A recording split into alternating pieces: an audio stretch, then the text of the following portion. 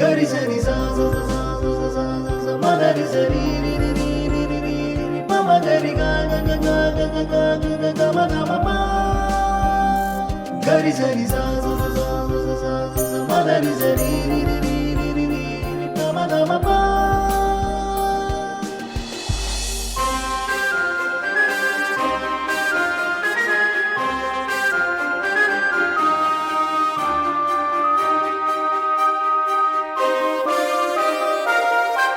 ವೀಕ್ಷಕರೇ, ಈ ವಾರದ ನಮ್ಮ ಅತಿಥಿ ಮಳೆ ಹುಡುಗಿ ಎಂದೇ ಖ್ಯಾತರಾಗಿರುವ ಶ್ರೀಮತಿ ಪೂಜಾ ಗಾಂಧಿ ಅವರು. ನಿಮ್ಮೆಲ್ಲರ ಪರವಾಗಿ ಅವರನ್ನು ಕಾರ್ಯಕ್ರಮಕ್ಕೆ ಆತ್ಮೀಯವಾಗಿ ಬರಮಾಡ್ಕೊಳ್ತೀನಿ. ಪೂಜಾ ಅವರೇ, ನಮಸ್ಕಾರ. ದೂರದರ್ಶನ ಚಂದನಕ್ಕೆ ಮತ್ತು ತಾರಾಂತರಂಗ ಕಾರ್ಯಕ್ರಮಕ್ಕೆ ನಿಮಗೆ ಆತ್ಮೀಯವಾದ ಸ್ವಾಗತ. ತುಂಬ ಧನ್ಯವಾದಗಳು. ಎಲ್ಲ ವೀಕ್ಷಕರಿಗೆ ಧನ್ಯವಾದಗಳು, ಚಂದನ ಟೀಮ್ಗೆ ಧನ್ಯವಾದಗಳು, ನಿಮಗೂ ಧನ್ಯವಾದಗಳು. ಯಾಕೆಂದರೆ ಬೇರೆ ಚಾನಲ್ಸಲ್ಲಿ ನಾವು ಹೋಗಿ ಮಾತಾಡೋದು ಬೇರೆ, ಚಂದನದಲ್ಲಿ ಬಂದು ಮಾತಾಡೋದು ಬೇರೆ, ಬೇರೆನೇ ಒಂದು ಫೀಲಿಂಗ್ ಇರುತ್ತೆ. ಸೊ ನನಗೆ ತುಂಬ ಖುಷಿ ಆಗ್ತಾ ಇದೆ. ಪೂಜಾ ಗಾಂಧಿ ಮತ್ತು ಮುಂಗಾರು ಮಳೆ ಎರಡನ್ನು ಬೇರೆ ಬೇರೆಯಾಗಿ ನೋಡೋದಕ್ಕೆ ಸಾಧ್ಯನೇ ಇಲ್ಲ. ಆದರೆ ಮುಂಗಾರು ಮಳೆ ನಿಮ್ಮ ಮೊದಲನೇ ಸಿನಿಮಾ ಅಲ್ಲ, ಅದ್ರ ಬಗ್ಗೆ ಸ್ವಲ್ಪ ತಿಳಿಸ್ಕೊಡ್ಬೋದಾ? ಖಂಡಿತ. ಮುಂಗಾರು ಮಳೆ ನನ್ನ ಮೊದಲನೇ ಕನ್ನಡ ಚಿತ್ರ. ಹೌದು. ನನಗೆ ಚಿಕ್ಕ ವಯಸ್ಸಿಂದಾನೇ ಆ್ಯಕ್ಟರ್ ಆಗಬೇಕು ಅಂತ ತುಂಬ ಆಸೆ ಇತ್ತು. ಸೊ ಹೆಂಗಾದರೂ ಒಂದು ಕರಿಯರ್ ಶುರುವಾಯಿತು. Aruna Irani, she is my mentor ಅಂತ ಹೇಳ್ಬೋದು. ಅವ್ರ ಜೊತೆ ಹಿಂದಿ ನಾಟಕದಲ್ಲಿ ನಾನು ಕೆಲಸ ಮಾಡೋಕ್ಕೆ ಶುರು ಮಾಡಿದೆ. ಆವಾಗ ನನಗೆ ಆ್ಯಕ್ಟಿಂಗ್ದು ABCDನೂ ಬರ್ತಾ ಇರಲಿಲ್ಲ. ಸೊ ನನಗೆ ಒಂದು ಆಡಿಷನ್ ಮುಖಾಂತರ ಆ TV ಸೀರಿಯಲ್ ಸಿಕ್ತು, ಜಮೀನ್ ಸೆ ಆಸ್ಮಾನ್ ತಕ್. ಸೊ ನಾನು ಇಲ್ಲಿ ತನಕ ಏನು ಕಲ್ತ್ಕೊಂಡೆ ನನ್ನ ಅಭಿನಯ ಪಾಯಿಂಟ್ ಆಫ್ ವ್ಯೂ ಇಂದ, it was taught by Aruna Irani. So ಅದನ್ನ 1-2 ವರ್ಷ ಮಾಡಿಕೊಂಡು ಆಮೇಲೆ ಒಂದು ಬೆಂಗಾಲಿ ಸಿನಿಮಾ ಮಾಡಿದೆ, ತಮಿಳ್ ಸಿನಿಮಾ ಮಾಡಿದೆ, ಗುಜರಾತಿ ಸಿನಿಮಾ ಮಾಡಿದೆ, ಹರಿಯಾಣವಿ ಸಿನಿಮಾ ಮಾಡಿದೆ. ಅದಾದಮೇಲೆ ಆ್ಯಕ್ಚುಲಿ ಮುಂಗಾರು ಮಳೆಯಿಂದ 2 years ಮುಂಚೆ ನನಗೆ ವಿಷ್ಣು ಸರ್ ಸೈನ್ ಮಾಡಿದ್ರು. ಈ ವಿಷಯ ಆ್ಯಕ್ಚುಲಿ ತುಂಬ ಜನಕ್ಕೆ ಗೊತ್ತಿಲ್ಲ. ಅವರು ಮುಂಬೈಗೆ ಬಂದಿದ್ರು. Anirudh was the hero and ಅವ್ರದ್ದು ಈ ಪ್ರಾಜೆಕ್ಟ್ ನಾನು ಫಸ್ಟ್ ಮಾಡ್ತಾ ಇದ್ದೆ. ಆಮೇಲೆ ಕೆಲವು ಕಾರಣಗಳಿಂದ ಅದು ಡಿಲೇ ಆಗಿ ಮುಂಗಾರು ಮಳೆ ಚಿತ್ರ ಒಂದಿನ ನನಗೆ ಕಾಲ್ ಬಂತು ಅಂತ. ಸೊ ಆವಾಗ ನಾನು ಕೇಳಿದೆ, ಓಕೆ ತುಂಬ ಲೇಟ್ ಆಯ್ತಲ್ಲ. ಆವಾಗ ನಾನು ಮುಂಗಾರು ಮಳೆ ಚಿತ್ರನ ಒಪ್ಕೊಂಡೆ. ಮುಂಗಾರು ಮಳೆಗಿಂತ 2 ವರ್ಷ ಮುಂಚೆ ವಿಷ್ಣುವರ್ಧನ್ ಅವರ ಪ್ರೊಡಕ್ಷನ್ ನಲ್ಲಿ ನೀವು ಕನ್ನಡದಲ್ಲಿ ಡೆಬ್ಯೂ ಮಾಡಬೇಕಾಗಿತ್ತು. ಅದು ಕಾರಣಾಂತರಗಳಿಂದ ಆಗ್ಲಿಲ್ಲ. ಆಗ ನಿಮ್ಮ ಕರಿಯರಿನ ಇತಿಹಾಸ ಏನಾಗ್ತಾ ಇತ್ತೋ ಗೊತ್ತಿಲ್ಲ. ನಿಜವಾಗ್ಲೂ ಆಕ್ಚುಲಿ. ಬಟ್ ಐ ಥಿಂಕ್ ಏನ್ ನಮ್ಮ ಹಣೆಯಲ್ಲಿ ಬರ್ದಿರತ್ತೆ ಅದೇ ಆಗತ್ತೆ. ನಾವು ಏನಾದರೂ ಮಾಡೋಕೆ ಹೋಗ್ತೀವಿ, ಏನಾಗತ್ತೆ ಜೀವನದಲ್ಲಿ ನಾವೇನು ಜಡ್ಜ್ ಮಾಡೋಕ್ಕಾಗಲ್ಲ. ಸೊ ಐ ಥಿಂಕ್ ಅದು ಒಳ್ಳೇದನ್ನೇ ಆಯಿತು ಒನ್ ಪಾಯಿಂಟ್ ಆಫ್ ವ್ಯೂ ಇಂದ ನೋಡೋದಾದ್ರೆ. ಸೊ ಬಟ್ ಮುಂಗಾರು ಮಳೆ ನಾನು ಶೂಟಿಂಗ್ ಬಂದಾಗ ಬಂದು ಒಂದು ಸಾಮಾನ್ಯ ನಟಿಯಾಗಿ ಶೂಟಿಂಗ್ ಮಾಡಿಕೊಂಡು ವಾಪಸ್ ಹೋದೆ ಮುಂಬೈಗೆ. ಮತ್ತೆ ರಿಲೀಸ್ ಟೈಮ್ಗೆ ನಾನು ಬಂದ ಮೇಲೆ ನನಗೆ ಮೊದಲನೇ ದಿನ ನಾನು ಫಸ್ಟ್ ಶೋ ನೋಡೋಕೆ ಸಾಗರ್ ಥಿಯೇಟ್ರಿಗೆ ಹೋದೆ. ಅಲ್ಲಿ ಸಾಗರ ಅಂದರೆ ಎಷ್ಟು ಜನ. ನಾನು ಅಂದ್ಕೊಂಡೆ ಓಕೆ, ನನಗೆ ಆವಾಗ ಭಾಷೆನೂ ಬರ್ತಾ ಇರಲಿಲ್ಲ. ಆಡ್ತಾ ಇದ್ದಾರೆ, ನಗ್ತಾ ಇದ್ದಾರೆ. ನನಗೆ ಬರೀ ನನ್ನ ಡೈಲಾಗ್ಸ್ ಮಾತ್ರ ಸ್ವಲ್ಪ ಪೂರ್ತಿ ಏನು ಹೇಳ್ತಾ ಇದ್ದಾರೆ, ಡೈಲಾಗ್ಸ್ದು ಅರ್ಥ ಏನು, ಸಾಂಗ್ಸ್ದು ಅರ್ಥ ಏನು, ನನಗೇನು ಗೊತ್ತಾಗ್ತಾ ಇರಲಿಲ್ಲ. ನಾನು ಅಂದ್ಕೊಂಡೆ ಓಕೆ, ಜನ ನೋಡ್ತಾ ಇದ್ದಾರೆ, ಆಡ್ತಾ ಇದ್ದಾರೆ, ನಗ್ತಾ ಇದ್ದಾರೆ, ಬಂದು ಏನು ಪಿಕ್ಚರು ಅಂತ. ಓಕೆ, ನಾನು ಮುಂಗಾರು ಮಳೆ ನಿಜವಾದ ಅರ್ಥದಲ್ಲಿ ನೋಡೋದಾದರೆ 2-3 ವರ್ಷ ನಂತರ ಕನ್ನಡ ಕಲ್ತ್ಕೊಂಡು ಆದಮೇಲೆ ನಾನು ಸಿನಿಮಾ ಸರಿಯಾಗಿ ನೋಡಿದೆ, ಅರ್ಥ ಮಾಡಿಕೊಂಡೆ. ಓಕೆ, ಈ ಹಾಡ್ದು ಅರ್ಥ ಇದು, ಈ ಗಣೇಶ್ ಸರ್ದು ಡೈಲಾಗ್ದು ಅರ್ಥ ಇದು, ಈಗ ನಾನು ಎಂಜಾಯ್ ಮಾಡ್ತೀನಿ. ಸೊ ಆವಾಗ ನನಗೆ ಒಂಥರ ಇತ್ತು. ಆದರೆ ಕನ್ನಡಿಗರು ನನಗೆ ಕರ್ನಾಟಕದ ಪ್ರತಿಯೊಂದು ಮೂಲೆಯಲ್ಲಿ ನನಗೆ ಸಿಕ್ಕಿರೋ ಪ್ರೀತಿ, ವಿಶ್ವಾಸ, ಗೌರವ, ನಾನು ಆ ದಿನಾನೇ ನಿರ್ಧಾರ ಮಾಡಿದೆ, ಬೆಂಗಳೂರೇ ನನ್ನ ಮನೆ, ನಾನು ಕನ್ನಡ ಕಲಿತೀನಿ, ನಾನು ಇಲ್ಲೇ ಇರ್ತೀನಿ, ನಾನು ಎಲ್ಲೂ ಹೋಗಲ್ಲ ಅಂತ. ಒಂಥರ ಅಂದರೆ ನನಗೆ ಮನೆ ಸಿಕ್ಬಿಟ್ಟಿದೆ ಅಂತ ಫೀಲಿಂಗ್ ಇತ್ತು. ಫ್ಯಾಮಿಲಿ ಇತಿಹಾಸ ಸ್ವಲ್ಪ ನನಗೆ ಅಷ್ಟೊಂದು ಗೊತ್ತಿಲ್ಲ. ಬಟ್ ನನ್ನ ತಾತ, ನನ್ನ ತಾಯಿಯವರ ತಂದೆ ಅವ್ರ ಪಾರ್ಟಿಷನ್ ಟೈಮಲ್ಲಿ ಎಲ್ಲ ಇಲ್ಲಿಗೆ ಬಂದರು. ಆವಾಗ Okay. ಹಿಂದೂ ಮುಸ್ಲಿಮ್ಸು ಎಲ್ಲ ನಡೀತಾ ಇತ್ತಲ್ಲ. Right. So that time they came. So ಅವರು ಬಂದು ಹರಿಯಾಣದಲ್ಲಿ ಸೆಟಲ್ ಆದರು. ನನ್ನ ತಂದೆ ಕಡೆ ಅವರು ಎಲ್ಲ ಬಂದು ಉತ್ತರ ಪ್ರದೇಶದಲ್ಲಿ ಸೆಟಲ್ ಆದರು. ಓಕೆ. ಸೊ ನಾವು ಪಂಜಾಬೀಸ್ ಹಾ ಹಾ. But settled in Uttar Pradesh and right. Haryana. Okay okay. So ಇದೇ ಅಷ್ಟೇ ನನಗೆ ಇತಿಹಾಸ. ಇನ್ನು ಜಾಸ್ತಿ ತೀರಾ ಡೀಟೇಲ್ ಆಗಿ ನನ್ಗೆ ಗೊತ್ತಿಲ್ಲ. ಇಷ್ಟೇ ನನಗೆ. ಆದ್ರೆ ಪಾರ್ಟಿಷನ್ ಟೈಮ್ ಅಲ್ಲಿ ಬಾರ್ಡರಿನ ಆ ಕಡೆಯಿಂದ ವಲಸೆ ಬರ್ಬೇಕಾಯ್ತು, ಇಲ್ಲಿ ಸೆಟ್ಲ್ ಆದ್ರು ನಿಮ್ಮ ತಂದೆ ತಾಯಿ, ಎರಡು ಕಡೆ ಫ್ಯಾಮಿಲೀಸ್. ಹೌದು ಹೌದು. ನೀವು ಚಿತ್ರರಂಗಕ್ಕೆ ಬರೋದು ಅಂತ ಗೊತ್ತಾಯ್ತು, ಮುಂಗಾರು ಮಳೆ ನಿಮ್ಮ ಹಣೆನಲ್ಲಿ ಬರೆದು ಬಿಟ್ಟಿತ್ತು. ಒಂದು ಸಾಲು ಇದೆ ಅಲ್ಲ ಅದರಲ್ಲಿ. ನಾನು ಅದ್ರ ಮುಂಚೆ ಆಕ್ಚುಲಿ ಇಷ್ಟು ಚಿತ್ರ ಮಾಡಿದೆ ಮತ್ತೆ ಸೀರಿಯಲ್ಸ್ ಮಾಡಿದೆ. 5-6 ಇಯರ್ಸ್ ಒಳ್ಳೆ ಸ್ಟ್ರಗಲ್ ಪೀರಿಯಡ್ ಇತ್ತು. ನಾನು ಆವಾಗ ಒಂದೇ ಒಂದು ಮಾತಿತ್ತು ನನ್ನ, ಅಂದರೆ ದೇವರಿಗೆ ಒಂದೇ ಒಂದು ಪ್ರಾರ್ಥನೆ, ನನಗೆ ಒಂದು ಸ್ಟಾರ್ಡಮ್ ಸಿಗಬೇಕು ಅಥವಾ ನಾನು ಕೆಲಸ ಮಾಡೋಕೆ ನಿಲ್ಲಿಸ್ಬಿಡ್ಬೇಕು ಅಂತ. ಗೊತ್ತಿಲ್ಲ, ಒಂದು ಆಪ್ಟಿಮಿಸ್ಟಿಕ್ ಒಂದು ಫೀಲಿಂಗ್ ಇತ್ತು. Okay, some day something will happen ಅಂತ. ಆ್ಯಂಡ್ ಮುಂಗಾರು ಮಳೆ.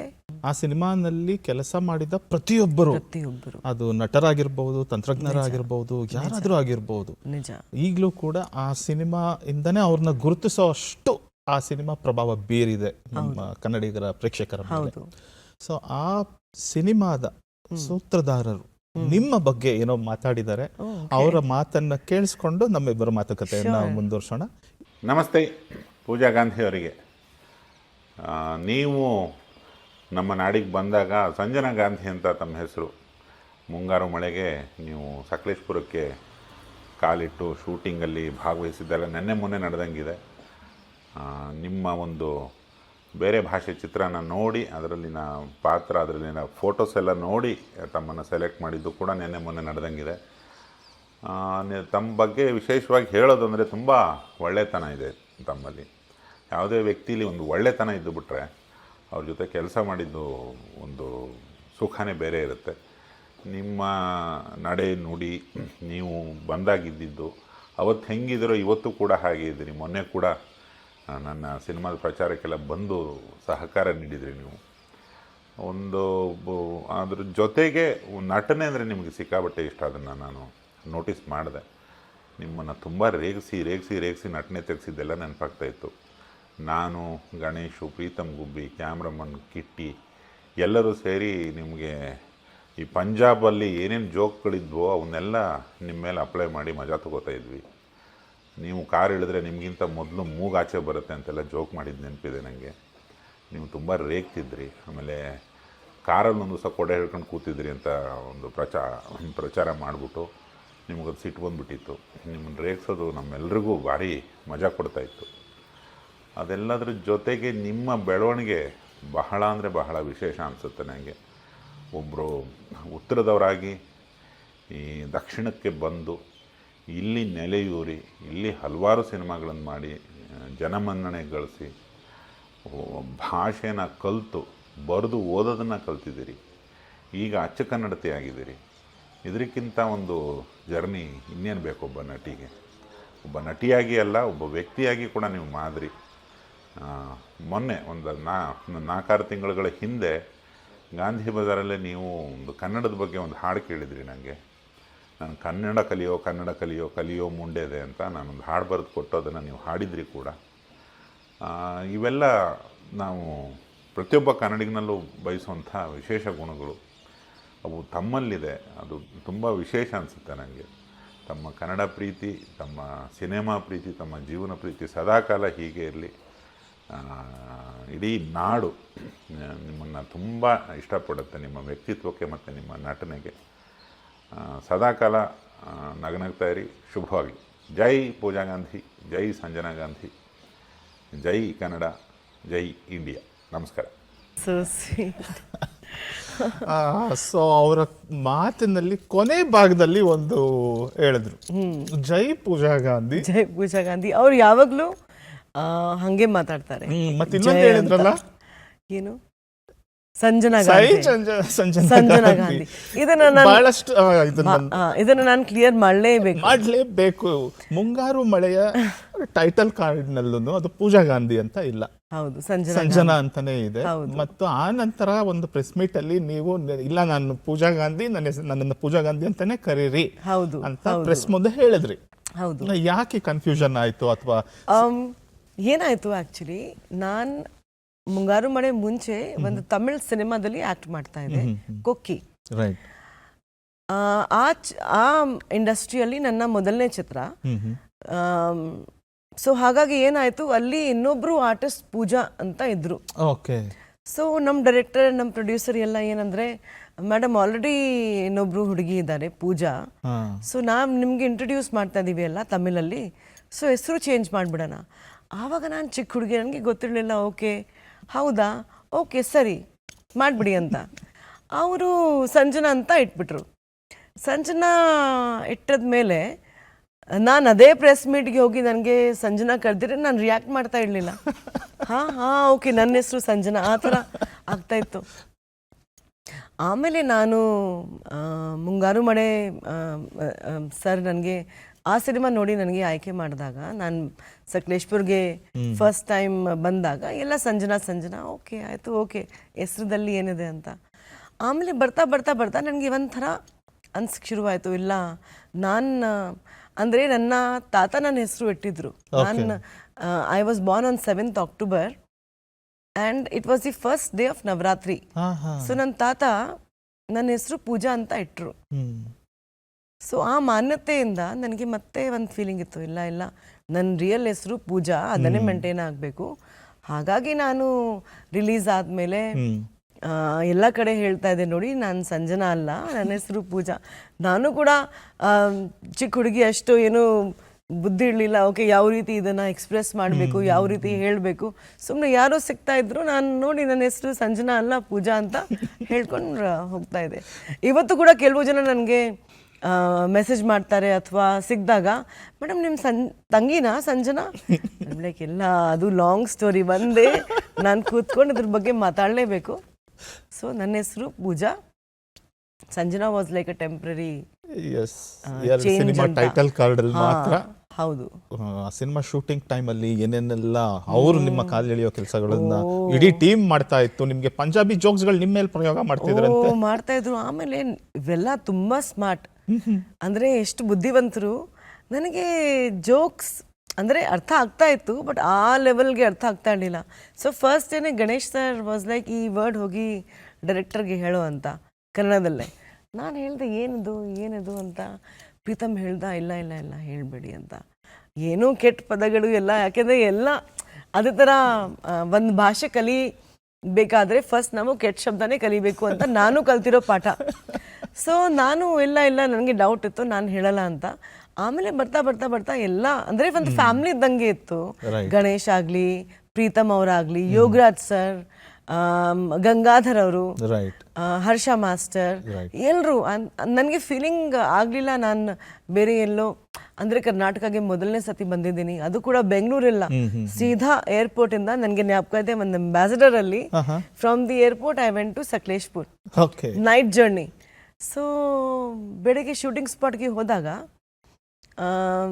ಆ ಕರ್ವ್ಸಲ್ಲಿ ಶೂಟಿಂಗ್ ನಡೀತಾ ಇತ್ತು ಎಲ್ಲ. ಅಂದರೆ ಆ ಸೀನ್ ಇದೆ ಅಲ್ಲ, ಗಣೇಶ್ ಸರ್ ಫೈಟ್ ನಡೀತಾ ಇದೆ, ಆ ಸೀನ್ ಶೂಟ್ ಆದಾಗ ನಾನು ಹೋಗಿದ್ದೆ ಅಲ್ಲಿ. ಹೋದಾದ್ಮೇಲೆ ಓಕೆ, ಹೀರೋದು ಮುಖನೇ ಸರಿಯಾಗಿ ಕಾಣಿಸ್ತಾ ಇಲ್ಲ, ಫುಲ್ ಮಣ್ಣೆಲ್ಲ ಹಾಕ್ಬಿಟ್ಟಿದ್ದಾರೆ ಅಂತ. ಓಕೆ, ಡೈರೆಕ್ಟರ್ ಇವರೇನಾ? ಓಕೆ, ಫುಲ್ ಕಾಡು, ಎಲ್ಲಿ ನಾವು ಏನು ಮಾಡ್ತೀವಿ ಅಂತ. ಅಷ್ಟೇ, ನೆಕ್ಸ್ಟ್ ಡೇಯಿಂದ ಶೂಟಿಂಗ್ ಶುರು ಆಯಿತು. ಫಸ್ಟ್ ಡೇ ಸ್ವಲ್ಪ ನರ್ವಸ್ನೆಸ್ ಇತ್ತು, ಯಾವ ರೀತಿ ಇರುತ್ತೆ ಹೇಗೆ. But I think it was just a matter of 1 or 2 hours. Everybody made me feel so comfortable. ನಾನು ಎಲ್ಲಿಂದ ಆಚೆಯಿಂದ ಬಂದಿದ್ದೀನಿ ಆ ಥರ ಏನೂ ನನಗೆ ಫೀಲ್ ಮಾಡಿಸಿಲ್ಲ. ಎಲ್ಲ ತುಂಬ ಒಳ್ಳೆ ಕೇರ್ ತಗೊಂಡ್ರು, ಒಳ್ಳೆ ರೀತಿಯಲ್ಲಿ. ಅಂದರೆ ಯೋಗರಾಜ್ ಸರ್ದು ಸ್ಪೆಷಾಲಿಟಿ ಏನಂದರೆ, ಅವ್ರು ಜಾಸ್ತಿ ಮಾತಾಡಲ್ಲ, ಆದರೆ ಕಡಿಮೆ ಮಾತಲ್ಲಿ ನಿಮಗೆ ಹೇಳ್ಬಿಡ್ತಾರೆ, ನೋಡಿ ಈ ಥರ ನೀವು ಆ್ಯಕ್ಟ್ ಮಾಡಬೇಕು. ಯಾಕೆಂದರೆ ಒಂದು ಆರ್ಟಿಸ್ಟಿಂದ ಒಂದು ಪರ್ಫಾರ್ಮೆನ್ಸ್ ತೆಗಿಯೋದು ಕೂಡ ಒಂದು ಕಲೆ. ಯುನೋ. ಯಾಕೆಂದರೆ ಕೆಲವೊಂದು ಡೈರೆಕ್ಟರ್ಸ್ ಏನು ಹೇಳ್ತಾರೆ, ಓಕೆ ಇದು ಡಯಲಾಗು ನೀವು ಹೇಳಿಬಿಡಿ. ಇವರು ಒಂದು ರೀತಿ ತುಂಬ ಸುಲಭವಾಗಿ ನಮಗೆ ಎಕ್ಸ್ಪ್ಲೇನ್ ಮಾಡಿಬಿಡ್ತಾ ಇದ್ರು. So that was very very nice. ನನಗೂ ನಂಬಕ್ಕಾಗಲ್ಲ ನಾನು ಈ ಥರ ಪರ್ಫಾರ್ಮೆನ್ಸ್ ಕೊಡೋಕ್ಕೆ ಸಾಧ್ಯ ಇತ್ತು ಅಂತ. ಗಣೇಶ್ ಅವ್ರ ಬಗ್ಗೆ ಹೇಳಬೇಕಾದ್ರೆ ತುಂಬ ಫನಿ, ತುಂಬ ಹ್ಯುಮಿಲಿಟಿ, ತುಂಬ ಹಂಬಲ್ ಆಗಿರೋ ಒಂದು ಪರ್ಸನ್, ಒಂದು ಪರ್ಸನಾಲಿಟಿ. ತುಂಬ ಜೋಕ್ಸ್ ಮಾಡಿಕೊಂಡು ತುಂಬ ನಗ್ನಗ್ತಾ ಅವ್ರ ಅಕ್ಕಪಕ್ಕ ಇರೋ ಎಲ್ಲರಿಗೂ ನಗಿಸ್ತಾ ಕೆಲಸ ಮಾಡುವಂಥ ಮನುಷ್ಯರು ಅವರು.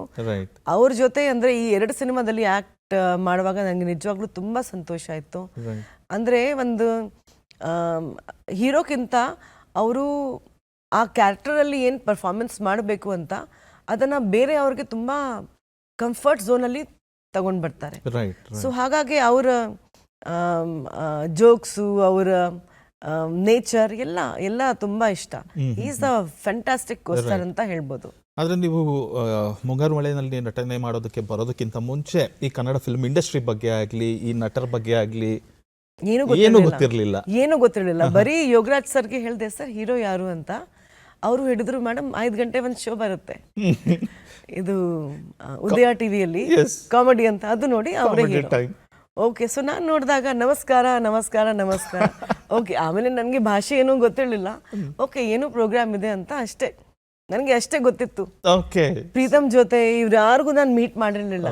ಎಲ್ಲ ಫೋನಲ್ಲಿ ನನ್ನ ಮೆಷರ್ಮೆಂಟಿಂದ ಆಗಲಿ, ನನ್ನ ಶೂಟಿಂಗ್ ಎಲ್ಲ ಯಾವಾಗ ಇರುತ್ತೆ, ಕಾಸ್ಟ್ಯೂಮ್ಸ್ ಯಾವ ರೀತಿ ಇರುತ್ತೆ, ಪ್ರತಿಯೊಂದು ವಿಷಯ ಫೋನಲ್ಲಿ ಡಿಸ್ಕಷನ್ ಮಾಡ್ಕೊಂಡು ನಾನು ಬಂದೆ.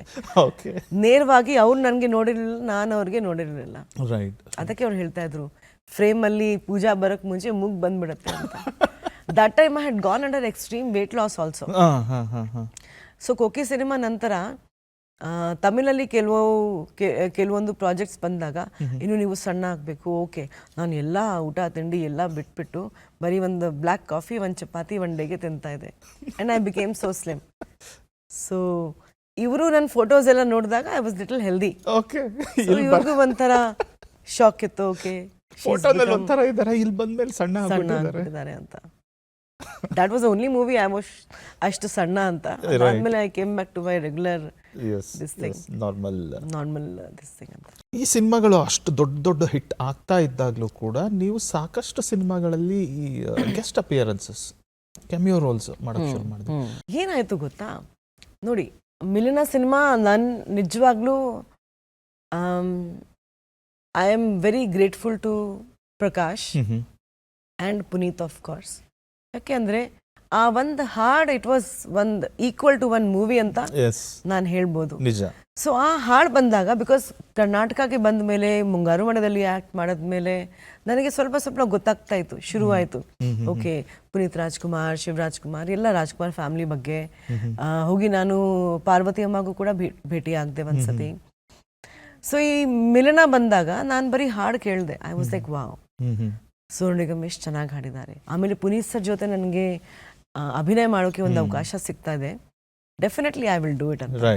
ಸೊ ಆವಾಗ ನನ್ನ ಪಾಸ್ಪೋರ್ಟು ಕೂಡ ಹಾಳಾಯಿತು ಅಂದರೆ ನೀರಲ್ಲಿ ಬಿದ್ದು ಏನೋ ಪ್ರಾಬ್ಲಮ್ ಬಂತು. ಸೊ ಅದನ್ನು ಮತ್ತೆ 1 ವೀಕಲ್ಲಿ 10 ಡೇಸಲ್ಲಿ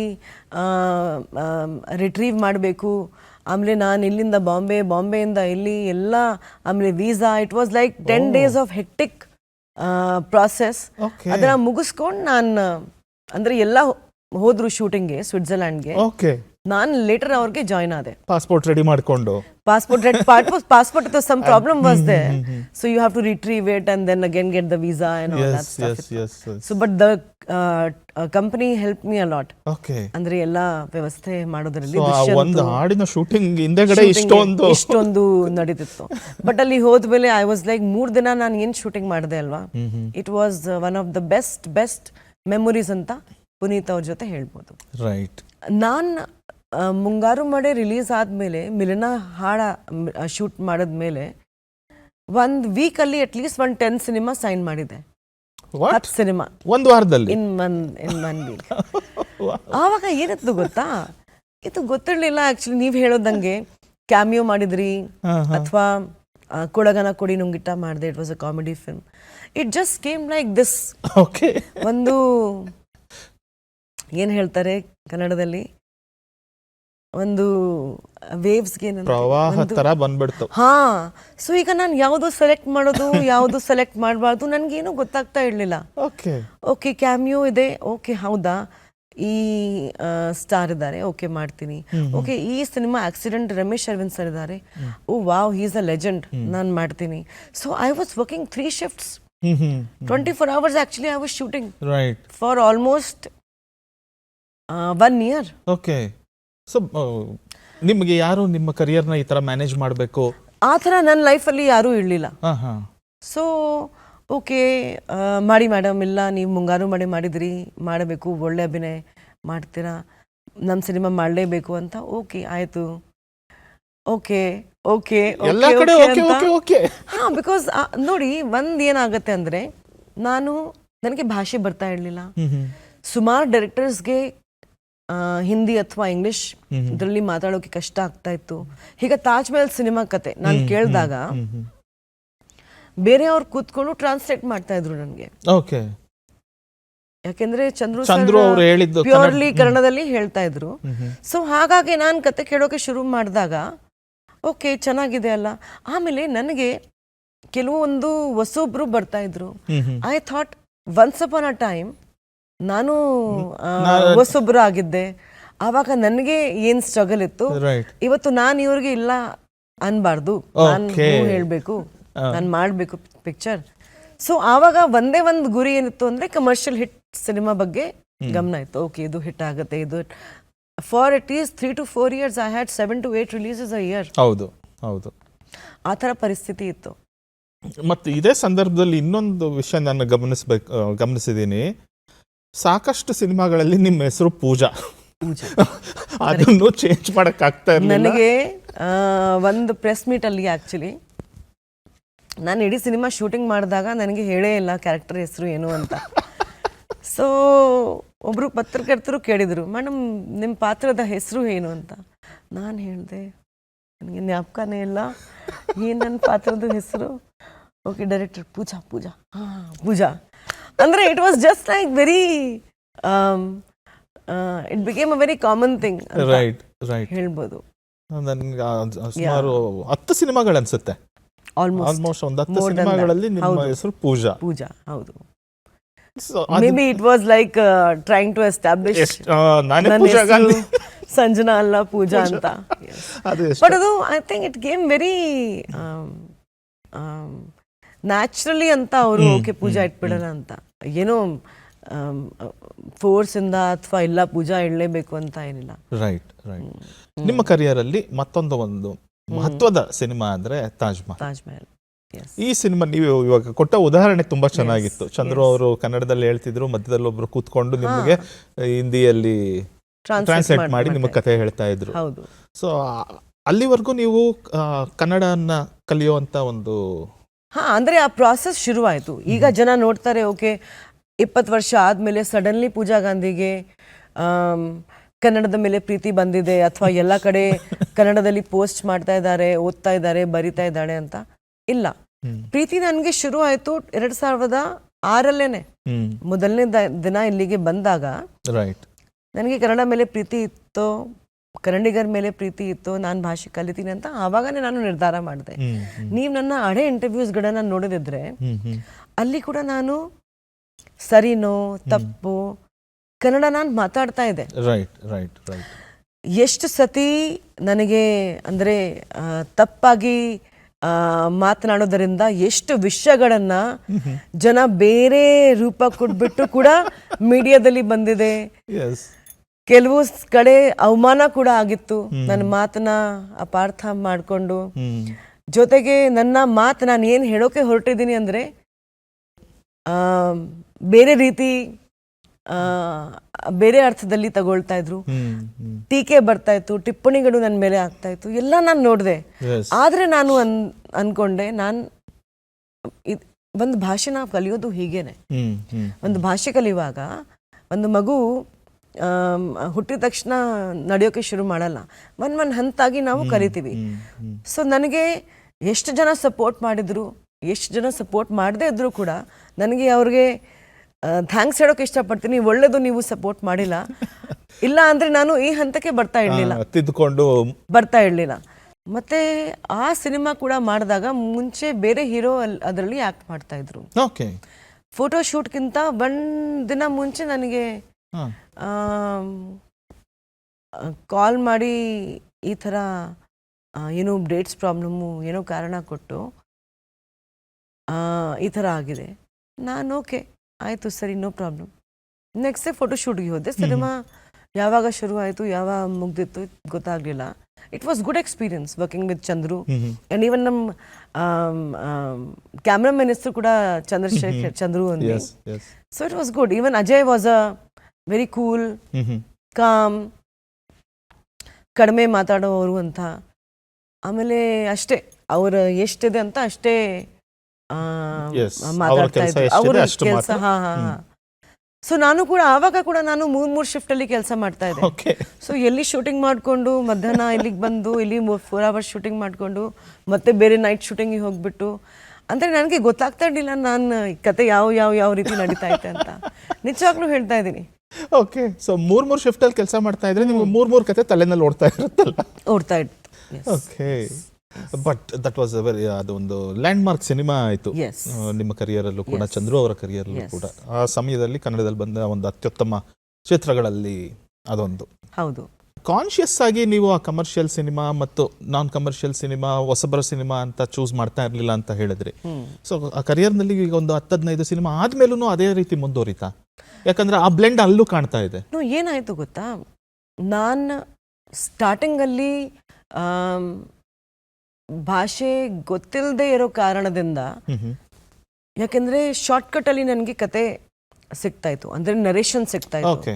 ಓಕೆ, ಇದಾಗತ್ತೆ ಈ ತರ ಕ್ಯಾರೆಕ್ಟರು, ಫಾದರ್ ಮದರ್ ಇವರು ಪಾತ್ರ ಪ್ಲೇ ಮಾಡ್ತಾ ಇದ್ದಾರೆ, ಈ ತರ ಕ್ಲೈಮ್ಯಾಕ್ಸ್ ಆಗುತ್ತೆ ಅಷ್ಟೇ.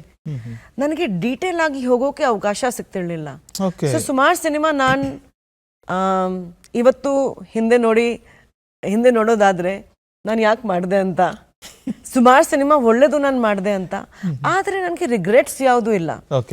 ಆವಾಗ ಒಂದೇ ಇತ್ತು, ಓಕೆ ಇಷ್ಟು ಸಿನಿಮಾ ಮಾಡ್ತಾ ಇದ್ದೀನಿ, ದೇವರ ದಯಿಂದ ಇಷ್ಟು ಕೆಲಸ ಮಾಡ್ತಾ ಇದ್ದೀನಿ, ಓಕೆ ಇದು ಚೆನ್ನಾಗಿದೆ, ಇದು ಡಿಫ್ರೆಂಟ್ ಇದೆ. ಮತ್ತು ಕೆಲವೊಂದು ಡೈರೆಕ್ಟರ್ಸ್ ಬಂದು, ಮೇಡಮ್ ನೀವು ಈ ಸಿನಿಮಾ ಮಾಡಲೇಬೇಕು, ಯಾಕೆ ಅಂದರೆ ನಾವು ತುಂಬ ಅವಾರ್ಡ್ ಓರಿಯೆಂಟೆಡ್ ಕತೆ ಮಾಡ್ತಾ ಇದ್ದೀವಿ, ಪರ್ಫಾರ್ಮೆನ್ಸ್ ಓರಿಯೆಂಟೆಡ್. ಆವಾಗ ಏನಾಯ್ತು ಗೊತ್ತಾ, ಚಿಕ್ಕ ವಯಸ್ಸು, and that fire was there. Oh my God, ಈ ಥರ ಪಾತ್ರ ವಾವ್ ನಾನು ಮಾಡಿಬಿಡ್ತೀನಿ, ಈ ಥರ ಪರ್ಫಾರ್ಮೆನ್ಸು ವಾವ್ ಮಾಡಿಬಿಡ್ತೀನಿ ಅಂತ ಒಂದು ಜೋಶ್ ಇತ್ತು. ಇವತ್ತೂ ಜೋಶ್ ಇದೆ, ಆದರೆ ಆವಾಗ ಅಂದರೆ that judgment was not there. ಒಳ್ಳೆ ಸಿನಿಮಾ, ಒಳ್ಳೆ ಕತೆ ಬಂದಾಗ ಕೆಲವು ಸತಿ ಅದಕ್ಕೆ ಬಜೆಟ್ ಸಪೋರ್ಟ್ ಇರ್ತಾ ಇರಲಿಲ್ಲ. ಸೊ ನಾನು ಆದರೂ ಮಾಡಿದೆ, ನೋ ಪ್ರಾಬ್ಲಮ್, ಬಜೆಟ್ ಬೇಡ, ಬಟ್ ನನಗೆ ಒಂದು ಲೈಫ್ ಟೈಮ್ ರಿಕಗ್ನಿಷನ್ ತರ ಇರೋ ಒಂದು ಪಾತ್ರ ಇದೆ, ನಾನು ಮಾಡ್ತೀನಿ. ಕೆಲವೊಂದು ಚಿತ್ರಗಳು ಕತೆ ಸಿಂಪಲ್ ಆಗಿತ್ತು, ಕಮರ್ಷಿಯಲ್ ಇತ್ತು, ಆದರೆ they were nicely supported by the budget and the production team and everything. So I balanced it, ಚಲೋ ಈ ಥರ ಮಾಡ್ತೀನಿ, ನೋ ಪ್ರಾಬ್ಲಮ್. ಮತ್ತೆ ಜನ್ಮದ ಗೆಳತಿ ಅಂತ ಒಂದು ಚಿತ್ರ ಮಾಡಿದೆ. ಅಗೇನ್ ದಿನೇಶ್ ಬಾಬು ಸರ್ ನನಗೆ ಫಸ್ಟ್ ಟೈಮ್ ಭೇಟಿ ಆಗಿದಾಗ ಅವ್ರು ಒಂದೇ ಒಂದು ಲೈನ್ ಹೇಳಿದ್ರು, ಅಂದರೆ ಈ ಥರ ಒಂದು ಮರ ಇದೆ, it's a French kind of concept ಅಂತ, and heroine will go and tie this thing, it's a love story ಅಂತ. ಸೊ ಅಷ್ಟೇ, ದಿನೇಶ್ ಬಾಬು ಸರ್ ಅವರ ಕತೆ ಹೇಳೋ ರೀತಿ, ಸೊ ನನಗೆ ಅದು ಅಟ್ರಾಕ್ಟ್ ಆಯಿತು, I will do this movie. ಇವತ್ತು ಕೂಡ ನಾನು ಕತೆ ಕೇಳ್ತೀನಿ, ಪ್ರತಿ ತಿಂಗಳು ಅಟ್ಲೀಸ್ಟ್ 1-2 ಕತೆ ಕೇಳಿದಾಗ ಕೂಡ ನನಗೆ ಒಂದ್ಸತಿ ಅನ್ಸತ್ತೆ, ಈ ಕತೆ ಬೇಕಾ ನಮ್ಮ ಚಿತ್ರರಂಗಕ್ಕೆ ಅಥವಾ ನಮ್ಮ, ಯಾಕೆಂದ್ರೆ ಇಷ್ಟು ಸಿನಿಮಾ ಮಾಡಿ ನಾನು ಆಲ್ಮೋಸ್ಟ್ 50 ಮೂವೀಸ್ ಮುಗಿಸಿದ್ದೀನಿ ಕನ್ನಡದಲ್ಲೇ. ಈಗ ಯೋಚನೆ ಮಾಡಿದಾಗ, ಈ ಕತೆ ಕೇಳಿದಾಗ ಆ ಪರ್ಸೆಪ್ಷನೇ ಬೇರೆ ಇದೆ. ಇಟ್ ಈಸ್ ನಾಟ್ ದ್ಯಾಟ್ ಯಾವುದಾದ್ರೂ ಸಿನಿಮಾ ಬಂದರೆ ನಾನು ಮಾಡಿಬಿಡ್ಬೋದು ಅಂತ. ಈಗ ನಾನು ಏನು ಮಾಡ್ತಾ ಇದ್ದೀನಿ, ಯಾಕೆ ಮಾಡ್ತಾ ಇದ್ದೀನಿ, ನನಗೆ ಏನು ಆ ಪಾತ್ರ ಕೇಳಿದ್ಮೇಲೆ ನನಗೆ ಏನು ಫೀಲ್ ಬರ್ತಾ ಇದೆ, ನಿಜವಾಗ್ಲೂ ನಾನು ಇದಕ್ಕೆ ನ್ಯಾಯ ಕೊಡ್ಬೋದಾ, ರೀಸನ್ ಏನಿದೆ, ನಾನು ಈ ಕತೆ ಯಾಕೆ ಮಾಡಬೇಕು ಅಂತ ಆ ಪ್ರಶ್ನೆ ನನಗೇನೆ ನಾನು ಕೇಳ್ತೀನಿ. ಅವಾಗ ಉತ್ತರ ಬರುತ್ತೆ, ಓಕೆ ನೀನು ಮಾಡಬೇಕು ಮಾಡಬಾರ್ದು ಹೆಂಗೆ ಆದ್ರು ಅಂತ. ನಿಮ್ಮ ಕರಿಯರ್ ಡಿಫೈನಿಂಗ್ ಮತ್ತೊಂದು ಸಿನಿಮಾಗಳು ಬಂದು ಅದು ಪಬ್ಲಿಕ್ ಲೈಫ್ನಲ್ಲೂ ಒಂದು ಕಾಂಟ್ರವರ್ಷಿಯಲ್ ಸಬ್ಜೆಕ್ಟ್ ಆಗಿತ್ತು, ಸಿನಿಮಾನಲ್ಲೂ ಇನ್ನ ಕಾಂಟ್ರವರ್ಸಿಯನ್ನ ಅದು ಸೃಷ್ಟಿ ಮಾಡಿತು. ಪಬ್ಲಿಕ್ ಲೈಫ್ನಲ್ಲಿ ಅದು ನಿಜವಾಗ್ಲೂ ಸೀರಿಯಲ್ ಕಿಲ್ಲರ್ಸಾ ಅವರು ಇಲ್ಲ ವಿಕ್ಟಿಮ್ಸಾ ಅನ್ನೋ ಒಂದು ಚರ್ಚೆ ಇತ್ತು, ಸಿನಿಮಾನಲ್ಲೂ ಆ ಚರ್ಚೆ ಮುಂದುವರಿಯಿತು. ಆ ಸಿನಿಮಾದ ನಿರ್ದೇಶಕರು ಮಾತಾಡಿದ್ದಾರೆ. ಪೂಜಾ ಗಾಂಧಿ ಹತ್ರ ಒಂದು ಯೂನಿಕ್ ಕ್ವಾಲಿಟಿ ನಾನು ನೋಡಿದ್ದೇನೆಂದ್ರೆ, first thing is is dynamic decisions she'll take, very fast decisions she'll take. And if she likes anything or anyone, definitely she'll go to any extent to impress them, to achieve it, whatever it is. Adalde, of course, she is a politician, she is a businesswoman. Like all the time, ಬೇರೆ ಒಂದು ಪ್ರಯತ್ನ ಮಾಡೋದ್ರಲ್ಲಿ busy ಆಗಿರ್ತಾರೆ. And ಎಲ್ಲದಕ್ಕಿಂತ best part is she is very good hearted girl. And usually anybody's journey, ನಮಗೆ ಕೆಲವೊಂದು complaints ಇರುತ್ತೆ with heroes, actresses and producers, or friends, relatives. But I am very proud to say I don't have any complaints about this wonderful girl. ಈ cinema ಇದಕ್ಕಿಂತ ಮುಂಚೆ actually ನಾನು ಮತ್ತೆ Srinivas sir ಇನ್ನೊಂದು ಕತೆ ಡಿಸ್ಕಷನ್ ಅಲ್ಲಿದ್ವಿ. ಒಂದು ಬೇರೆ ಸಿನಿಮಾ ಮಾಡೋಣ ಅಂತ ವಿವರ್ ಪ್ಲಾನಿಂಗ್ ಆಕ್ಚುಲಿ. ಸೊ ಸಡನ್ ಆಗಿ ಮಧ್ಯದಲ್ಲಿ ಸರ್ ಹೇಳಿದ್ರು, ಈ ಸಿನಿಮಾ ನಾನು ಸದ್ಯಕ್ಕೆ ಆಮೇಲೆ ಮಾಡೋಣ, ಇದು ದಂಡುಪಾಲೆ ಅಂತ ಒಂದು ಚಿತ್ರ ಮಾಡ್ತಾ ಇದ್ದೀನಿ, ಕೇಳೋ ಒಂದ್ಸತಿ. ಓಕೆ ಕೇಳ್ತೀನಿ ಅಂತ. He came to my house, he showed me, ಅಂದರೆ ಡಾಕ್ಯುಮೆಂಟೇಶನ್, ಟೆಸ್ಟಿಮೋನೀಸ್. ಅವ್ರು ತುಂಬಾ ತುಂಬಾ ರಿಸರ್ಚ್ ಮಾಡಿದ್ರು ಆ ಸಬ್ಜೆಕ್ಟ್ ಮೇಲೆ ಅಂತ. ಸೊ ನೀವು ಕೇಳಿದಾಗೆ ಅವರು ವಿಕ್ಟಿಮ್ಸಾ, ನಿಜವಾಗ್ಲೂ ದೇವರ್ ಕಿಲ್ಲರ್ಸ್ ಆರ್ ವಾಟ್ ಅಂದರೆ. ಸೊ ದೆನ್ ಹಿ ಸೆಡ್, ಜೈಲ್ಗೆ ಹೋಗಿ ಅವ್ರಿಗೆ ಭೇಟಿ ಮಾಡ್ಕೊಂಡು ಬಂದಿದ್ದೀನಿ ನಾನು. ಈಗೆಲ್ಲ ಆರ್ಟಿಸ್ಟ್ ಯಾರ್ಯಾರು ಮಾಡ್ತಾರೆ ಎಲ್ಲರಿಗೂ ಒಂದ್ಸತಿ ಕರ್ಕೊಂಡು ಹೋಗ್ಬೇಕು ನೋಡೋದಕ್ಕೆ, ನಿಮ್ಮ ಪಾತ್ರ ಈ ಥರ ಇದೆ ಅಂತ. ನಾನಂತೂ ಬರಲ್ಲ, ಕತೆ ಕೇಳಿನೇ ಭಯ ಆಗ್ತಾ ಇದೆ. ನಿಜವಾಗ್ಲೂ, ಯಾಕೆಂದ್ರೆ ಒಂದ್ ಎಪಿಸೋಡ್, ಒಂದ್ ಸೀನ್ ನಾನು ಕೇಳಿದೆ ಅವ್ರಿಗೆ, do you think I can do it, ಆಗತ್ತಾ ನನ್ನ ಕೈಲಿ? ಇಲ್ಲ, ನೀನು ಮಾಡ್ತೀಯ. ಅವರು ನನ್ನ ಮೇಲೆ ಅಷ್ಟು ಕಾನ್ಫಿಡೆನ್ಸ್ ತೋರಿಸಿದ ಮೇಲೆ ನನಗೆ ಇನ್ನೂ ನಂಬಿಕೆ ಬರ್ತಾ ಇರಲಿಲ್ಲ. ಫೋಟೋ ಶೂಟ್ ಆಯಿತು, ಎಲ್ಲ ಆಯಿತು, ಶೂಟಿಂಗ್ ಶುರು ಆಯಿತು. ನನಗೆ ಯಾಕೋ ಒಂಥರ ಭಯ. ಮತ್ತು ಸುಮಾರು ಜನ ನನಗೆ ಫೋನ್ ಮಾಡಿ, ಈ ಸಿನಿಮಾ ಮಾಡಬೇಡಿ, ದಂಡುಪಾಲೆ ಅಂತ ಚಿತ್ರ, ಮುಂಗಾರು ಮಳೆ ಹುಡುಗಿ ನೀನು ಮಾಡಬಾರ್ದು. ನಾನು ಕೇಳಿದೆ, ಯಾಕೆ ಮಾಡಬಾರ್ದು? ಇಲ್ಲ, you are a family oriented ಒಂದು ಇಮೇಜ್ ಇದೆ, ತಾಜ್ ಮಹಲ್ ಮಾಡಿದ್ದೀರಾ, ಇದೆಲ್ಲ ಸಿನಿಮಾ ಮಾಡಿದ್ದೀರಾ ಅಂತ, ದಂಡುಪಾಲೆ ಮಾಡಬೇಡಿ. ನಾನು ಒಂದ್ಸತಿ ಕನ್ಫ್ಯೂಸ್ ಅದೇ. ನಾನು ಪ್ರತಿದಿನ ಇವ್ರಿಗೆ ಫೋನ್ ಮಾಡಿ ಕೇಳ್ತಾ ಇದ್ದೆ, ಶ್ರೀನಿವಾಸ್ ಸರ್ಗೆ, sir do you think maybe I will not do it? ಮತ್ತೆ 2 days ಆದಮೇಲೆ ಓಕೆ ಮಾಡ್ತೀನಿ, ದೆನ್ 2 days ಆದಮೇಲೆ ಇಲ್ಲ ನನಗೆ ಅನ್ಸುತ್ತೆ ಮಾಡಬಾರ್ದು ಅಂತ. ಆ ಗೊಂದಲದಲ್ಲಿ ನಾನಿದ್ದೆ. ಮುಗಿಲಿಲ್ಲ. ಸಿನಿಮಾ ಸೆಟ್ಗೆ ಹೋದ್ಮೇಲೆ ಕೂಡ 1, 2, 3, 4 days I was like, okay, this is something. This is something life changing.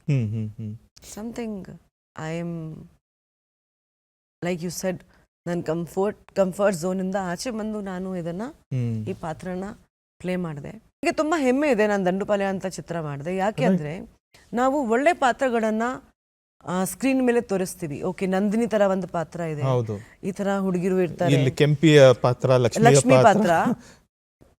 ನನಗೇನಿತ್ತು, Lakshmi ಪಾತ್ರ ನಮ್ಮ ಸೊಸೈಟಿಯಲ್ಲಿ ಏನ್ ಮಿಸ್ಸಿಂಗ್ ಇದೆ.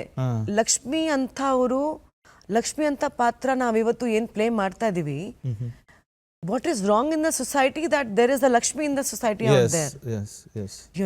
ಸೊ ಜನ ಹೇಳ್ತಾ ಇದ್ರು ಇದರಲ್ಲಿ ಏನ್ ಮೆಸೇಜ್ ಇದೆ, ಕ್ರೈಮ್ ಇದೆ. ನಾನು ಹೇಳ್ದೆ ಇಲ್ಲ, ಇದರಲ್ಲಿ ಮೆಸೇಜ್ ಇದೆ ಅಲ್ಲ. ನಾವ್ ಯಾವ ರೀತಿ ಇರಬಾರ್ದು, ಯಾವ ರೀತಿ ಜನ ಕ್ರಿಮಿನಲ್ ಆಗ್ಬಿಡ್ತಾರೆ, ಏನ್ ಮನೋಭಾವ ಇರುತ್ತೆ, ಏನ್ ಮನೋಸ್ಥಿತಿ ಇರುತ್ತೆ. ಯಾಕೆಂದ್ರೆ nobody is a Born criminal. ಒಂದು ಮಗು ಹುಟ್ಟದ ಮೇಲೆ ಆ ಪರಿಸರ ಏನಿರುತ್ತೆ, ಅವ್ನು ಯಾವ ರೀತಿ ಜೀವನದಲ್ಲಿ ಬೆಳಿತಾನೆ, ತಂದೆ ತಾಯಿ ಏನ್ ಹೇಳ್ಕೊಳ್ತಾರೆ, ಸೊಸೈಟಿಯಲ್ಲಿ ಅವನು ಏನ್ ನೋಡ್ತಾನೆ, that adds up for a person to commit such crimes. Right. So ಯಾವ ರೀತಿ ನಾವು ಇರಬಾರ್ದು, ಯಾವ ರೀತಿ ನಮ್ಮ ಸೊಸೈಟಿ ಸಮಾಜ ಆಗ್ಬಾರ್ದು, ಈ ಮೆಸೇಜ್ ದಂಡುಪಾಲ್ಯ ಚಿತ್ರದಲ್ಲಿ ಇದೆ. ಸೊ ಅದು ಮಾಡೋದ್ರಲ್ಲಿ ಏನ್ ತಪ್ಪಿತ್ತೆ? ನಿಜ.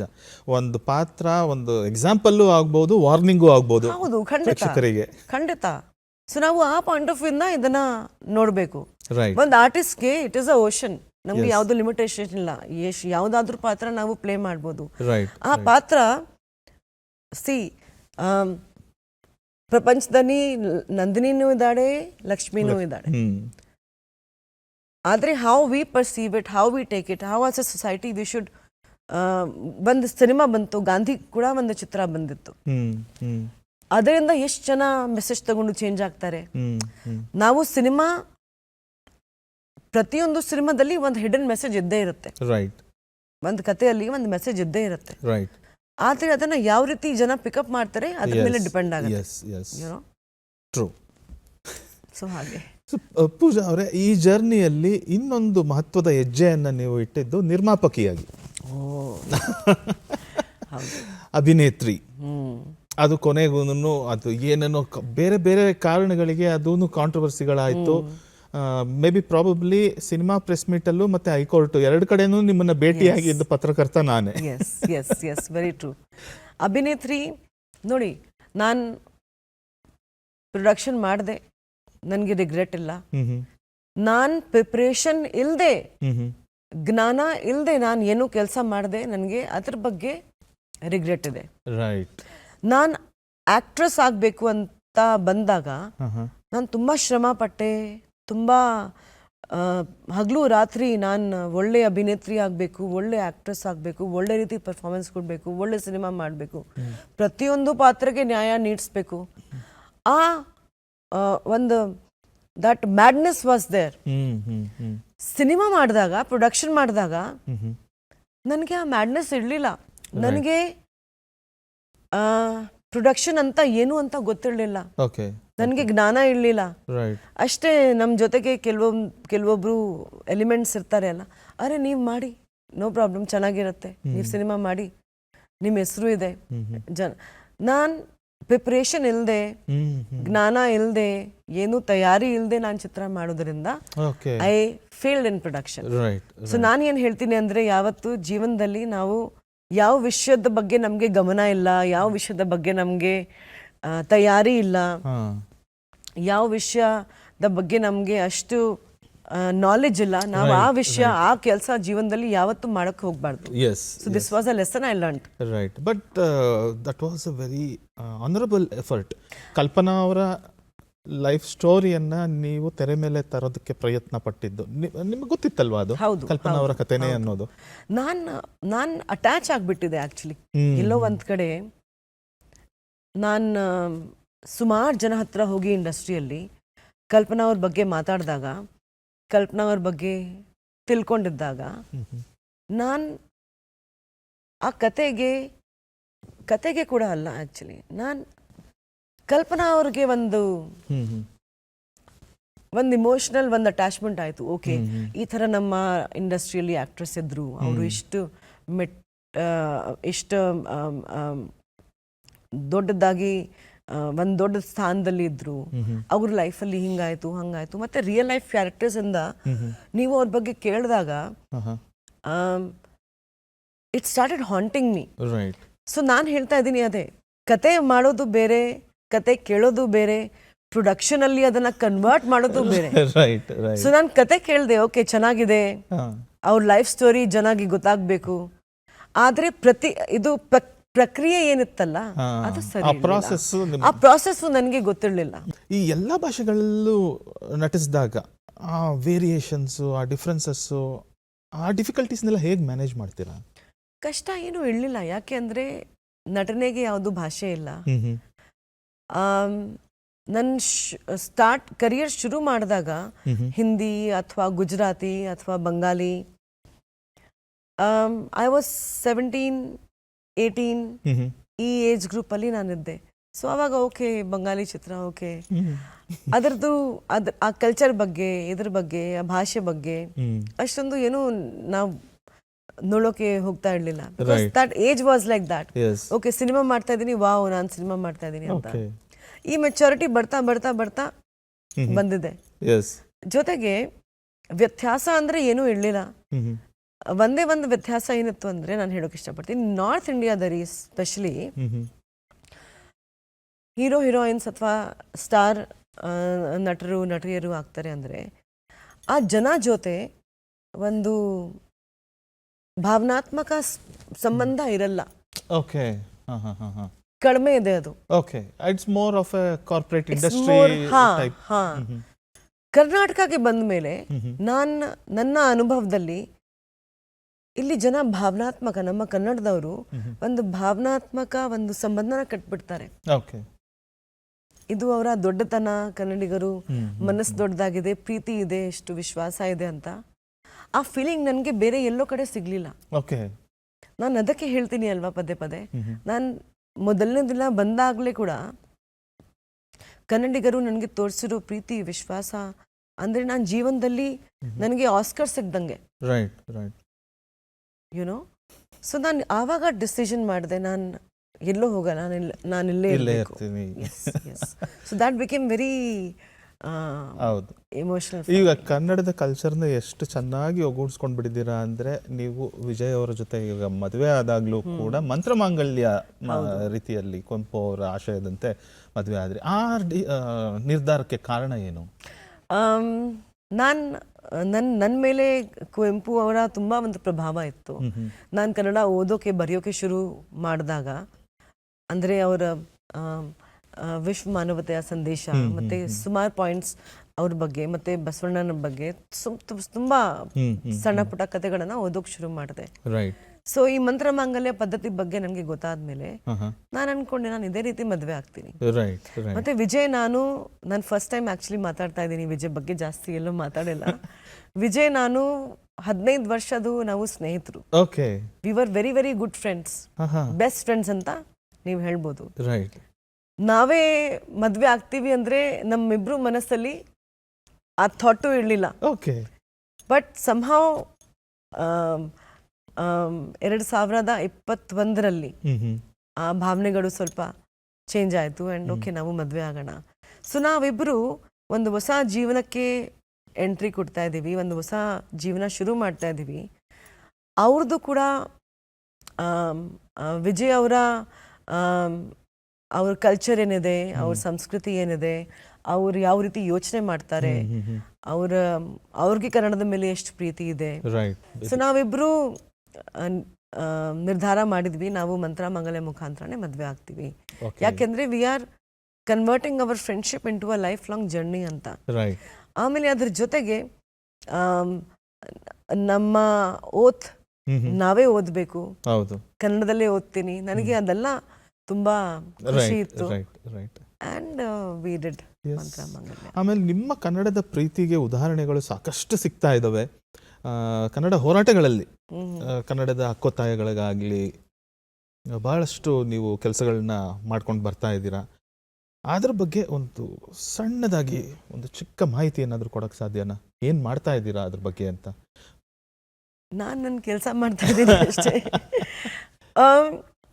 ನನಗೆ ನಾನು ಡೀಟೇಲಲ್ಲಿ ಜಾಸ್ತಿ ಹೇಳಲ್ಲ, ಯಾಕೆಂದರೆ ಒಂದು ಸಾಕ್ಷಿ ಚಿತ್ರದ ಮುಖಾಂತರ ಆದಷ್ಟು ಬೇಗ